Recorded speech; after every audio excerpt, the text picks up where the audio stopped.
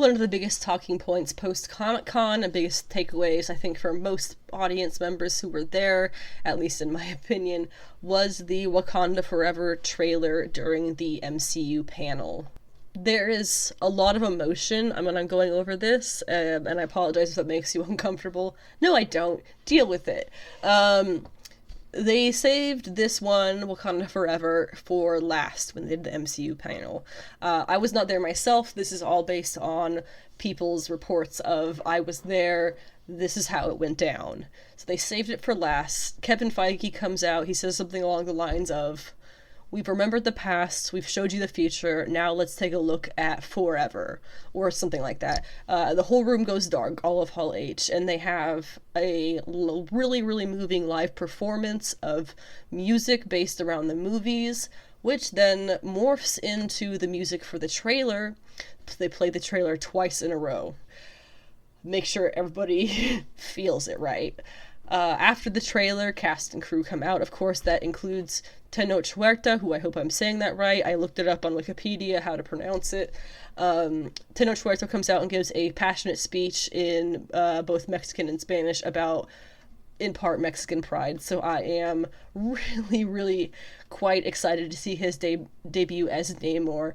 As a native Californian who was taught that migrant workers in the fields were the hardest working people in America, that farmers are the backbone of our country, that everyone is worth getting the life that they wish for themselves and for their children.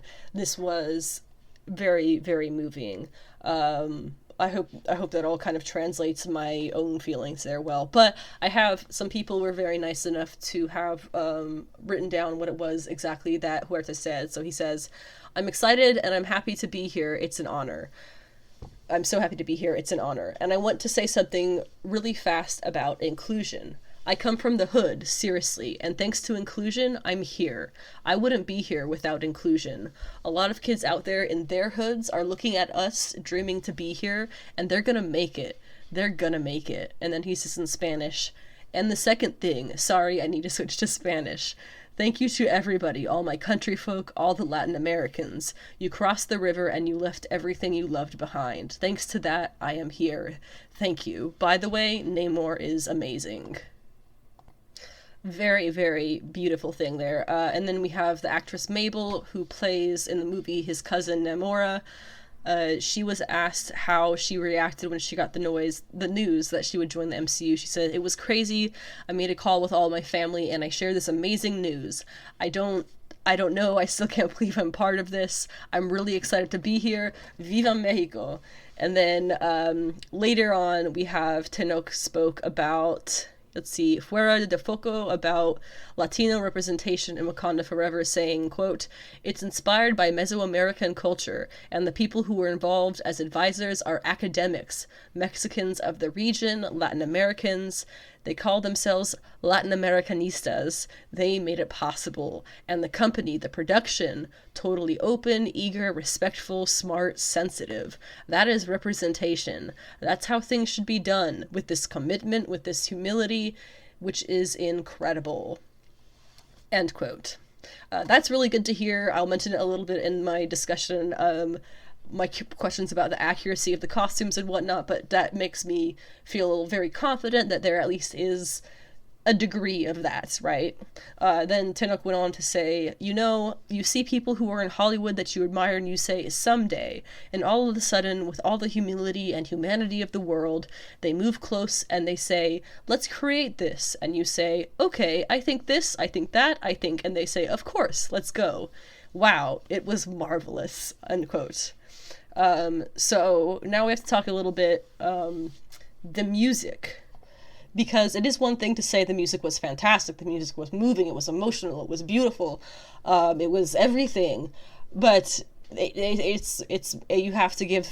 you honestly have to explain the music to give credit to it, because it's not just the fact that it sounds good, it's the thought that goes into it. So the music, it starts with a cover of No Woman, No Cry, which is a song originally by Bob Marley and the Wailers. This is a song originally from 1975, which has a more Marley style to it that you will probably recognize pretty easily if you're at all familiar with quote-unquote classic rock. This version, however, is by Thames. She is a Nigerian singer, songwriter, and record producer. Thames' version of the song is much more of a ballad, calling more on reflection and finding your inner strength.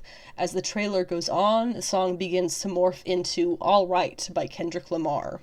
It's not a new song from him by any means, but it's well known. Kendrick is from Compton, here in California, and his story is along the lines of what you might expect a black man from Compton. But his career has been explosive, earning him a Pulitzer Prize for the album Damn in 2017, for which the committee of the Pulitzer said, quote, "It was a virtuosic song collection unified by its vernacular authenticity and rhythmic dynamism that offers affecting vignettes capturing the complexity of modern African American life." So, yeah, he's good. He's really good. And he's important to the black community for a myriad of reasons. Now, when I first watched this trailer, I had lots of feelings, so I wrote this thing on Twitter, and I'm going to read it really quick here before we talk about the point-by-point, scene-by-scene, moment-by-moment really breakdown of the trailer. So this is my own statement, I guess. There's a lot that I learned while living in South Carolina. Most of it was horrific. As a white woman, I had other white folks say things to me I could never repeat, thinking I was of the same mindset. Chadwick Boseman came from that world, and he made something incomparable. He came from the boonies that bred my husband, the same backwoods as a colored man he fought through in a similar way. He was part of something incredible, and then he was gone. Not recasting T'Challa has been the best decision for the future of the MCU and says a lot for the respect Marvel still has for Chadwick and his integral role in their building of a cinematic universe. The trailer today proved it, among other things. From the music which breaks my heart to the women who lead their nation in the stead of their mighty leader, who carry on despite the hardship. It's a lie to say that as a female in the USA in 2022, merely being a woman feels insignificant. This trailer shows it too. We get a grieving mother, a leader of her country in her son's stead, a mourning sister creating bonds from that which her brother founded, among other women from around the world. And you get the Atlanteans, a proud nation with their own right. With Atlantis, we're opening up another rich set of world cultures to celebrate through the means of cinematic fantasy, which granted is in fact fantasy, but is always rooted in the very real, true emotions of the era. We have so much more to explore. And I put a little too long didn't read. Chadwick Boseman can never be replaced. I'm glad they aren't pretending otherwise. I'm here for the women who carry on, for the further exploration of metaphorical societies, and for the heart. We can't deny this one is going to have a hell of a lot of heart. So now, let's talk about the actual trailer, things that I've noticed. We see Nakia in the beginning. She is in a green-toned outfit standing on a shore of something with a step pyramid in the background. At this point, I think she must already be in negotiations with Atlantis.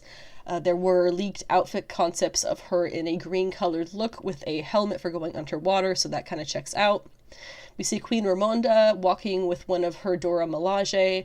She's taken rule of the country in her son's stead, it would seem, as her daughter likely has no interest in becoming queen herself or is seen as too young.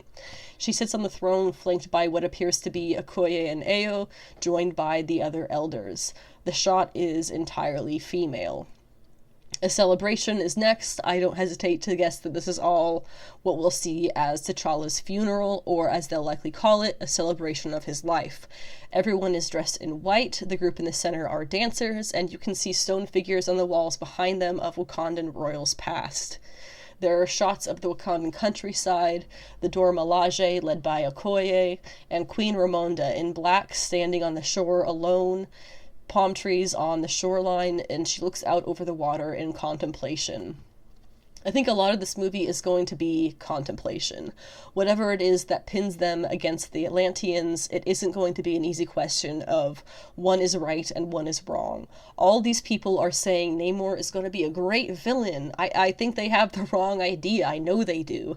Namor is a ruler in his own right, just like Ramonda is, again. He has clearly lost something, and there is a reason he is striking against Wakanda.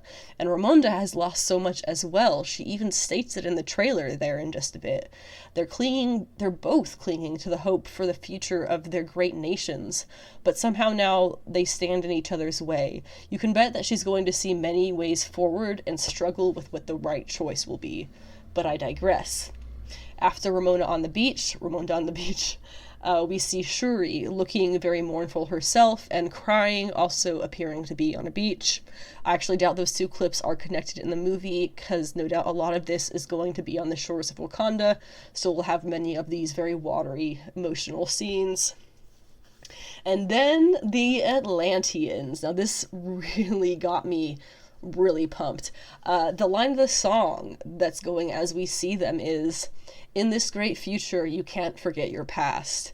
And as she sings this, we see a water birth, an Atlantean water birth. This has to be the birth of Namor, because as the baby comes, he's still connected to his mother by the umbilical cord, and he has little winged feet on his little baby ankles. It is the birth of Namor! And she says, "So dry your tears, I say," as they reveal the face of the future for their entire race. He is special, no doubt. In the comics, it was because he was a mutant. He was more than just an Atlantean. Namor is the future of his species, of his people, as a leader, and maybe as proof that they are still evolving. They have a future in this ever-changing world. It is an incredible moment of alignment in the music and the shots. And that kicks off the multitudes of Atlantean culture we get to see revealed in this trailer. It is incredible. We see King Namor, fully garbed in his royal regalia, turning to face the camera from underwater. Behind him, or rather in front when we first see him, is some kind of electric orb. It looks like the sun when it goes through water, but on further investigation, it is definitely under the water with him as well. Maybe the source of their society's power, literally like an electric source. Not really sure. His crown is fantastic. I can't speak for Mesoamerican accuracy, but it looks like either a gilded snake head surrounded by feathers or a metal and feather recreation of a lion's head. I honestly can't tell. There are massive, either blue or sperm, I'm not honestly sure, whales that swim by the camera deep underwater, and as they go by, the camera angle changes just so you can see that they are covered in Atlantean soldiers, just like a shark would be with remoras on their underbelly. And then we see a deep ocean observation station, or at least the surface portion on top of the ocean, where we see a helicopter getting ready to land before the next clip shows workers opening a heavy-duty door in the floor of the station and lowering two massively armor-clad divers attached with return lines and all kinds of gear through the now open portal into the depths below. This has me very curious. We saw in Endgame, or I think it was Endgame, the mention of the earthquakes off the shore of Wakanda, so it's been made clear that wherever Atlantis spreads across the ocean, no one who lives above the water is aware of its existence. So the exploration-style research that it looks like is going on here must be by, let's just say, Westerners who have gone and learned of something beneath the water and are now sending down divers to check it out. Other obvious options here could be that this is actually a diplomatic mission already, and this is how, we as surface people are going to try and make contact with Atlantis, or, a treasure hunt, or the start of colonization. There are several much darker takes you could have here. But moving on, the shot is suspiciously followed by soldiers raiding what looks to be a Wakandan location, possibly military taking over some kind of science facility, which is never a good sign. Adding to the drama, after this we get a dreamlike sequence clip of Shuri standing in the Wakandan throne room, which is both on fire and flooded, which is pretty intense. And then we get Riri Williams. She is Ironheart. She's welcomed to the trailer beautifully by Kendrick Lamar himself in the first clear line of his voice as the song transitions from No Woman, No Cry to All Right. To make it more appropriate, we see her greeting Shuri with friendly enthusiasm and very much comfort as they dap each other up with a hello. It's so fantastic to see these two literally genius women already on fantastic terms.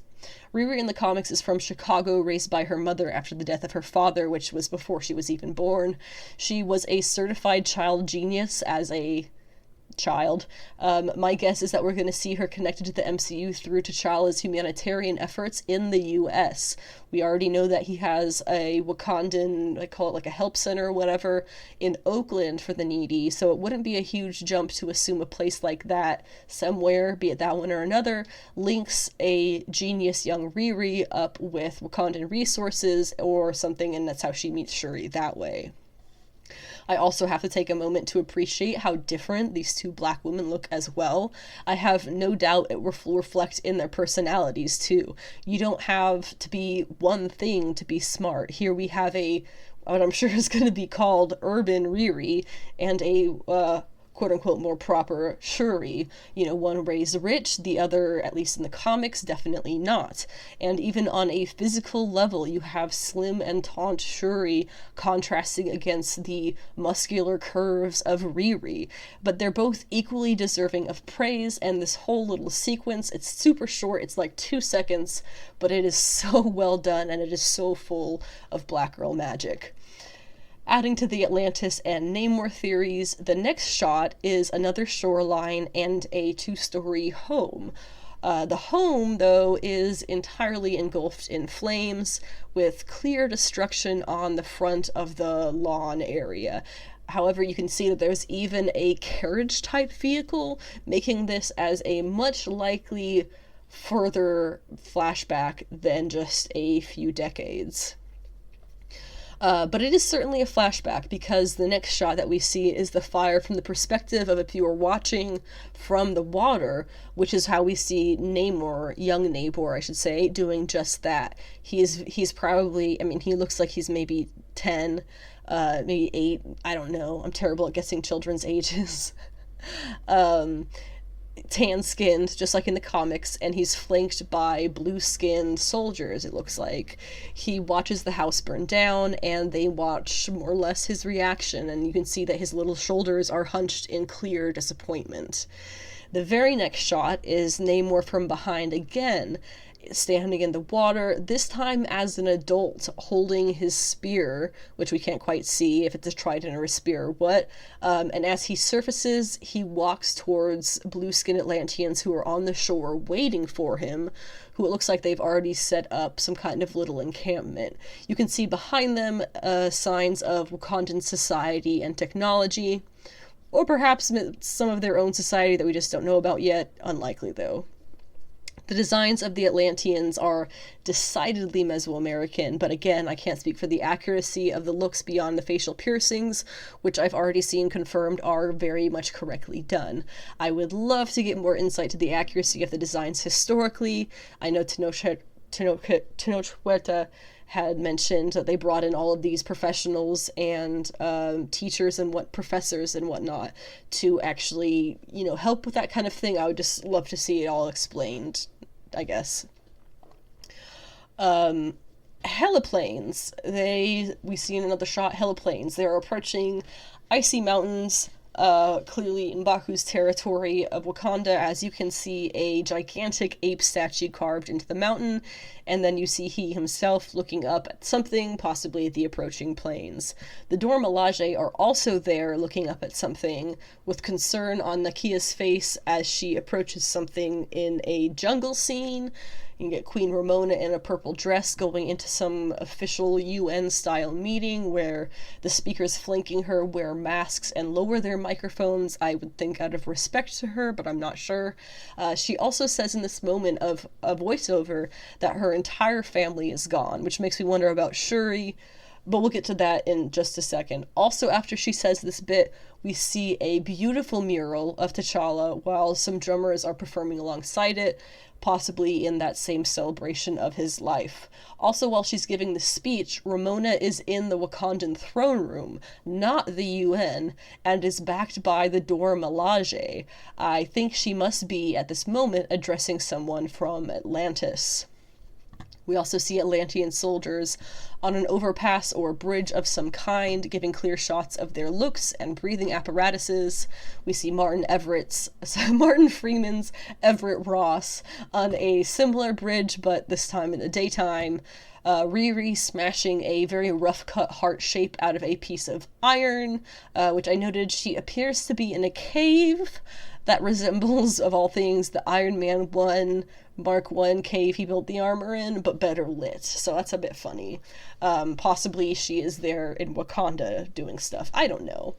And then back to the Atlanteans with Namor on the same shoreline with their small encampment, but this time they are under attack. The blue-skinned warriors leap into the water, leaving Namor on the shore, who is leapt at by M'Baku from the water with his big bludgeoning hammer weapon thing. Again, it looks like there is Wakandan society behind their encampment, like they're just on their shores. Then we have what looks like Dora Milaje versus Dora Milaje, but I can't quite tell who it is just yet. It makes me think that certain characters will find a truth worthy of peace between these two societies, while the rest will be rooting for impending war, and that will definitely cause some kind of rift in their ranks. There is a shot of Namor from behind again, admiring what looks like historical Mexican artwork from his parts of the world.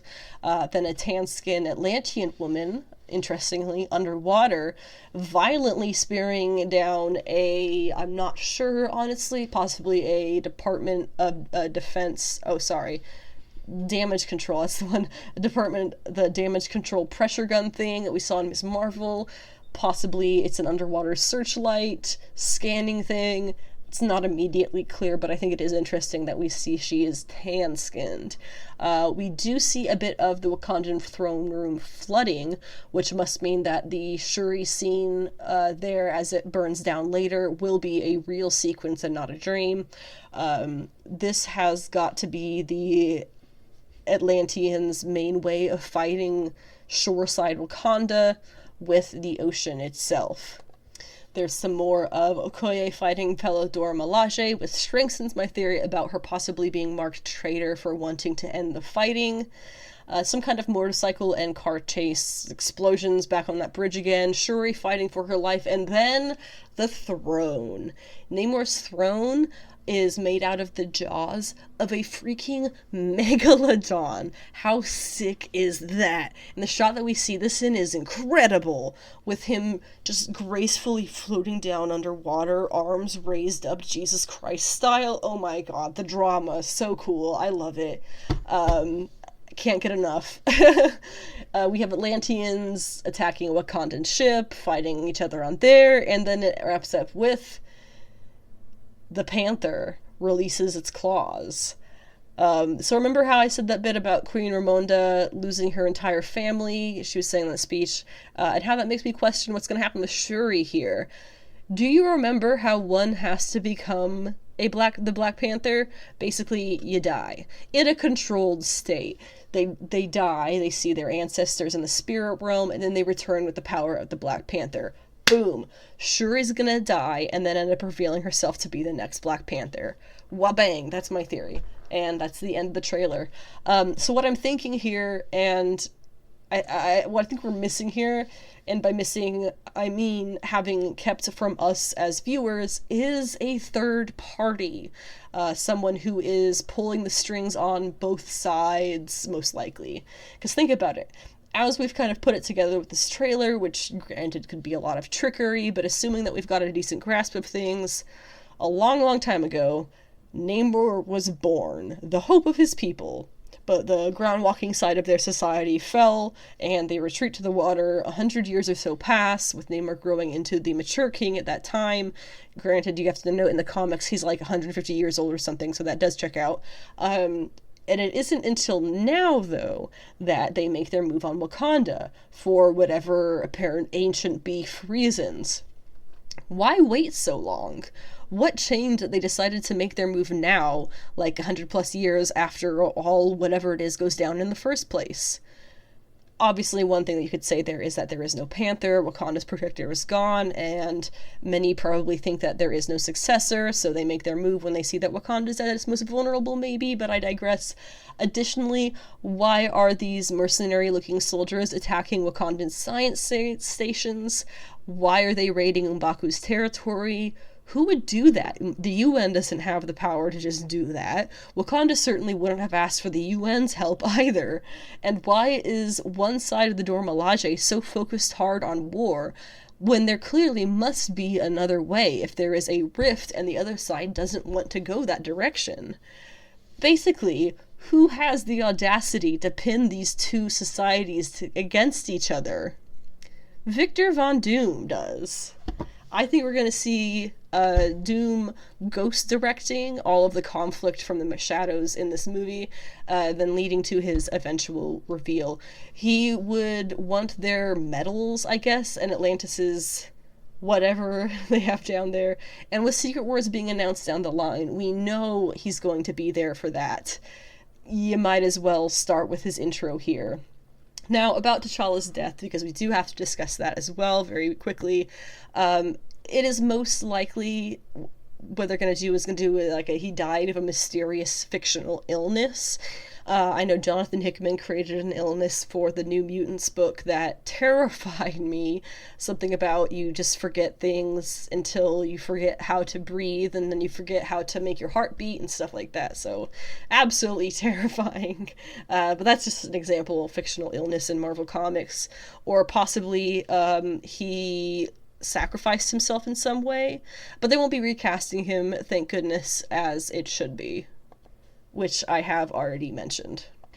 There is one more thing, I guess you'd call it a theory, that I would like to discuss. It's based in real history too, so it's not really just comic stuff. It's actually not comic stuff, but I think it's possible that this is a historical story that could get brought into the plot of the strife of Wakanda Forever, and that has to do with pilgrimages from the continent of Africa to the Americas in the year 1300. Now, this is something that I learned about actually very recently by coincidence. I began learning about this because I learned of Mansa Musa, who is the richest man or richest person in all of history. He was I believe he was king of the Mali Empire around 1311, and he was made king by his brother, whose name was Mansa Abubakar II. Yeah, I think that's how you say it, the second.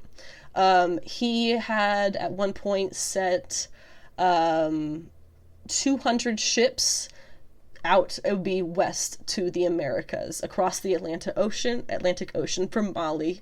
So the same kind of journey that Christopher Columbus took over 200 years later, but this is 200 years prior.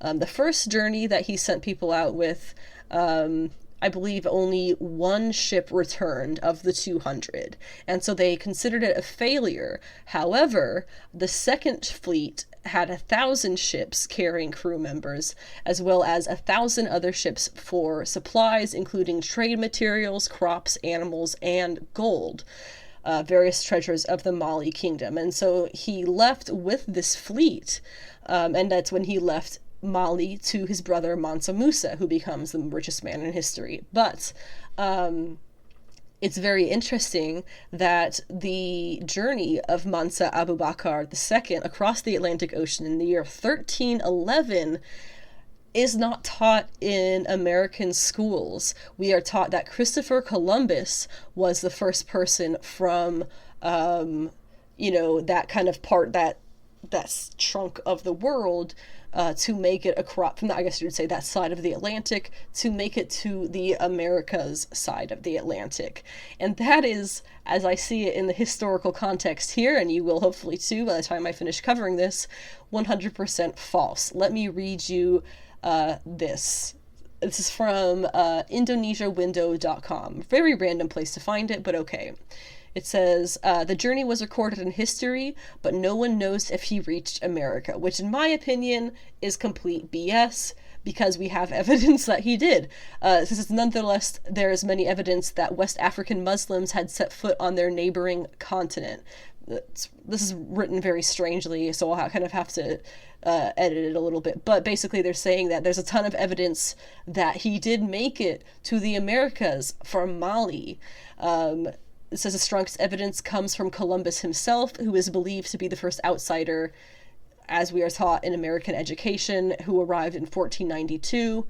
That is not accurate, because in Columbus's own journal, he mentions that Native Americans confirmed, quote, black-skinned people had come from the southeast in boats, trading in gold-tipped spears, unquote. The natives described the spearheads as guanin, a word for gold in the Mandinkan, which is the language of the Mali Empire. Also, chemical analysis of spearheads found that the gold that they had there originated in West Africa. Columbus and his son discovered Native Americans using handkerchiefs like those used in West Africa, and European sailors mentioned that native tribes wore similar clothes to the Muslim Moors of Spain. No one ever knows about the fate of Mansa Akbar's Abu Bakar's the Second's fleet. However, in my opinion, this is more than enough evidence that yes, he did make it, and they liked it so much that they just decided to stay. Anyway, I hope you see what my point is here. You have the Mali Empire, which is, of course, West Africa, which is the same as Wakanda, I believe, which is obviously fictional. Reaching the Americas in the year 13 something or rather, because if they left in 1311, who knows how long that took, and evidence that they had been there for a very long time, almost 300 years later. He was there. So I'm wondering if in Wakanda Forever, where we're seeing Mesoamerican cultures, which are what they would have kind of found in the Americas at that time, encountering African cultures. You see what I'm saying here? I wonder if there's going to be any kind of connection to that.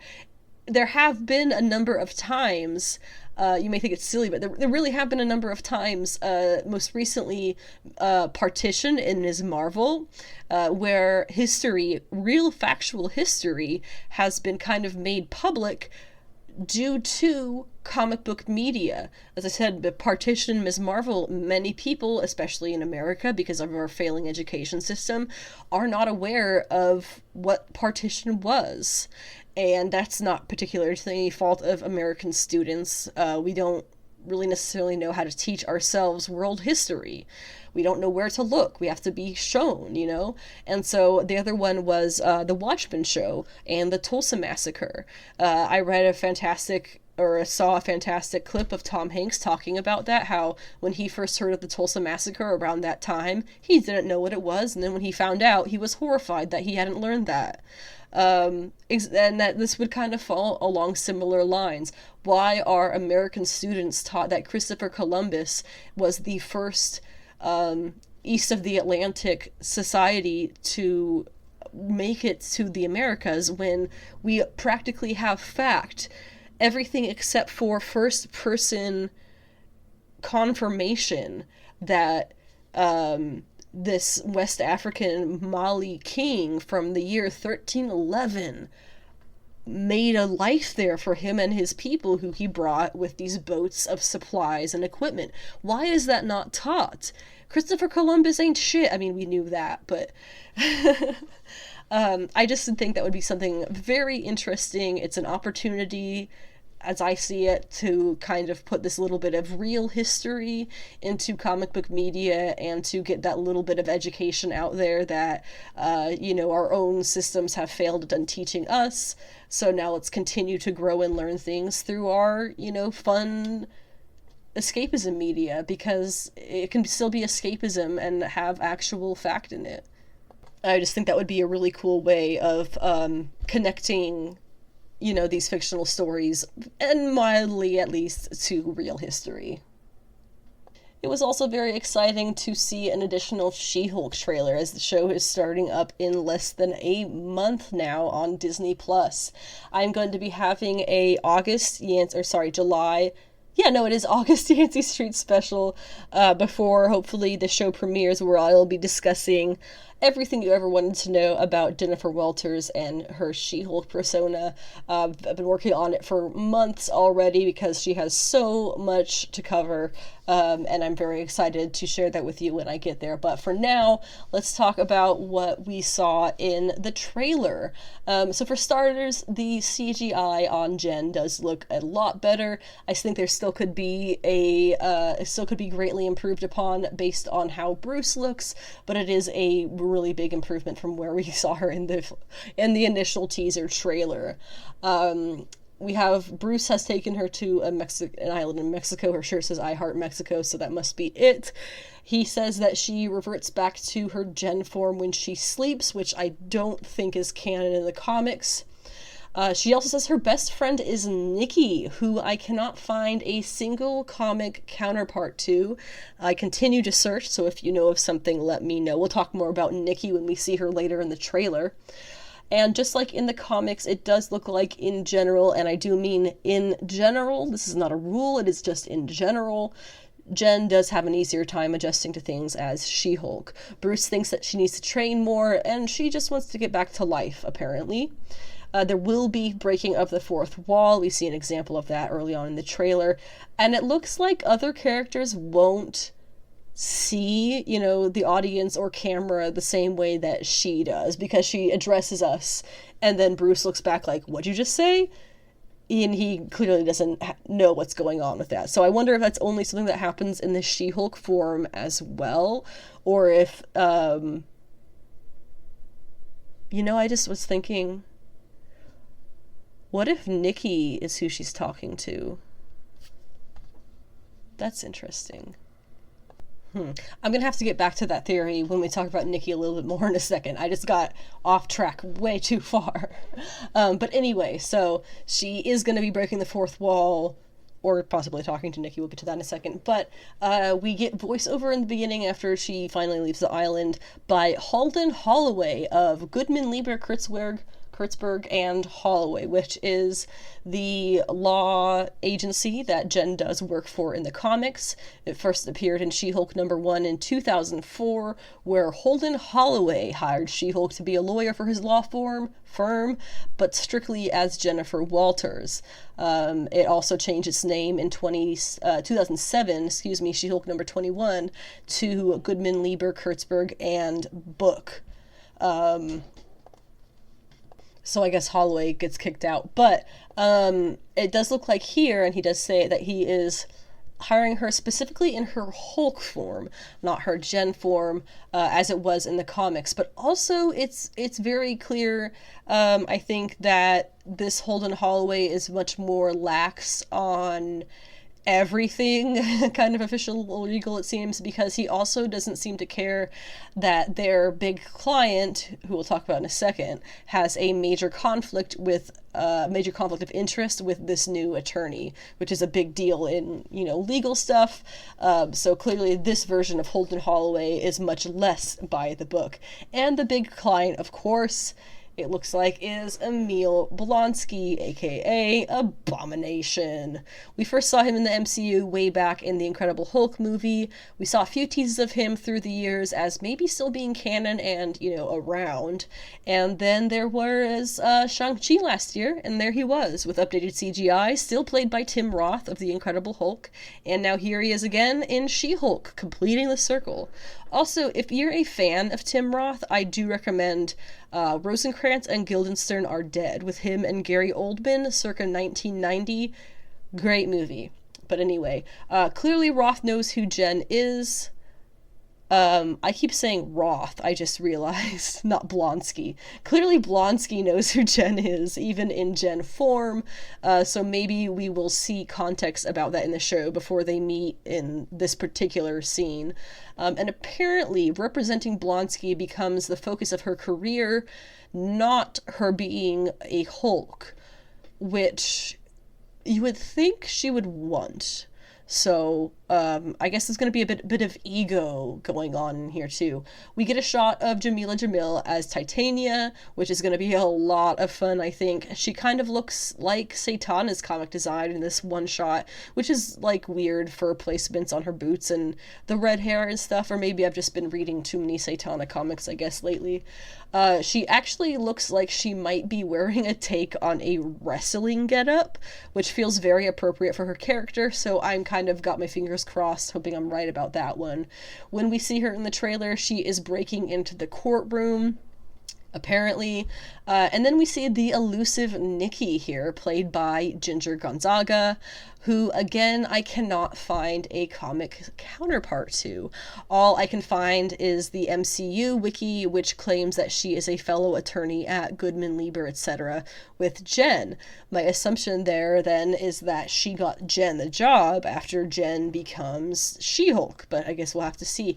I still have that theory of Nikki being all in her head, but that does... it is pretty out there. And I'll explain that for a second. Ginger Gonzaga was interviewed about her role before she was able to say who her character was, which they've been keeping pretty under wraps as well, which why would they be doing that if it wasn't something kind of a big deal?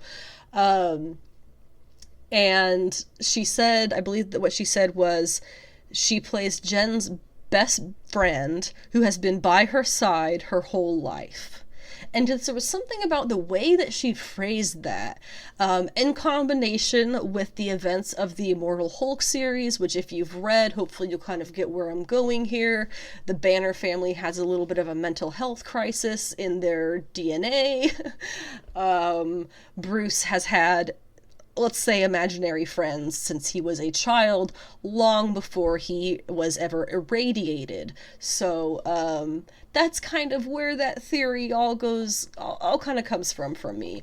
And the fact that I can't find Nikki in the comics, she's never been friends with anybody who she's worked with before. In fact, they're usually the opposite. I just feel like maybe Nikki might be a hallucination. So just it's pretty out there, I know, but I feel like I just gotta mention it because I have this weird something's up with Nikki. Something's up with Nikki.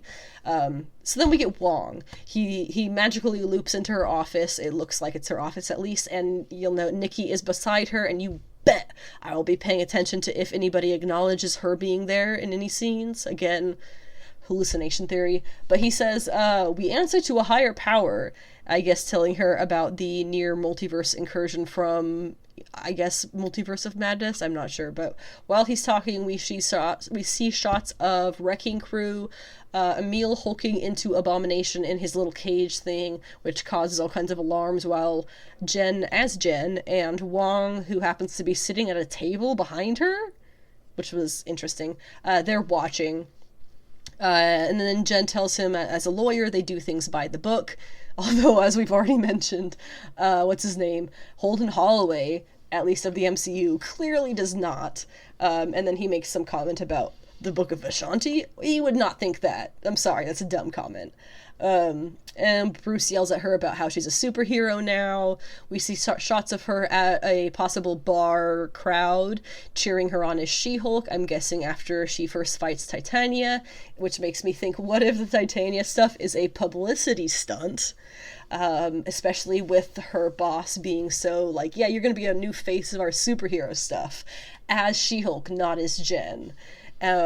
I think that's very interesting. So anyway, the four dudes of the Wrecking Crew, we see them again. She takes them out pretty easily. However, I have a feeling that they will be possibly taken in by somebody who will up their powers or just mess with them genetically.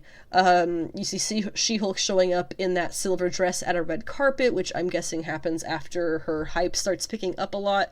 Another shot of Titania in a pink and white suit, standing in a garden or cemetery or something really nice like that. You get some kind of magician on trial, no doubt. It will be a fun Deep Cup comic reference. And then you see the DODC and their boom guns. That is the Department of Damage Control, who we just saw in Ms. Marvel with their, as I just said, boom guns. I don't know what else to call them. Which we actually did see originally in a different form in The Incredible Hulk. So look at this, all these big circles connecting the dots. I love it. And then we get Jen talks about herself being the cool girl in high school now that she's She-Hulk. Some kind of hybrid ugly dog thing, which I'm not going to say is Mad Dog, but, you know, it could be Patsy Walker's ex-husband. Actually, with that voiceover, She-Hulk appears to be in some kind of, like, peace-seeking therapy center for heroes, because you get one guy around her in like a yogi outfit, and then you get these two really random superhero or super-powered person outfits. It's very strange. I have no idea, to be honest, what they're supposed to be. And then you get this motivational quote on the wall on a poster behind her from friggin' Emil Blonsky, who, again, is Abomination. So I guess that just must be part of his growth as Abomination. He marketed his finding of inner peace, which we see break in the trailer alone when he busts into Abomination, so it must be a lot of BS, really. And then finally, Bruce admitting that he is really just jealous of her take on the Hulk powers. After the titles, we see her Hulk suit, as it must end up being, which is kind of like a cross between her A-Force suit and like a modern Avengers one, with, you know, the usual MCU swing to it. But more importantly, maybe, we see someone gliding over her in this night sequence, and it is Daredevil in his new yellow and red and black suit. It is definitely a more MCU suit look than his boxing-themed comics version, but obviously you have to expect that. The red tone looks a very bit orangey, I want to say, which is an interesting thing. Or possibly it's just the night colors or the yellow reflecting off of it, who knows. What I'm more curious of is, has she met Matt Murdock before this encounter? Is he revealing himself as a hero now as well as a lawyer, or is he playing the two different people game?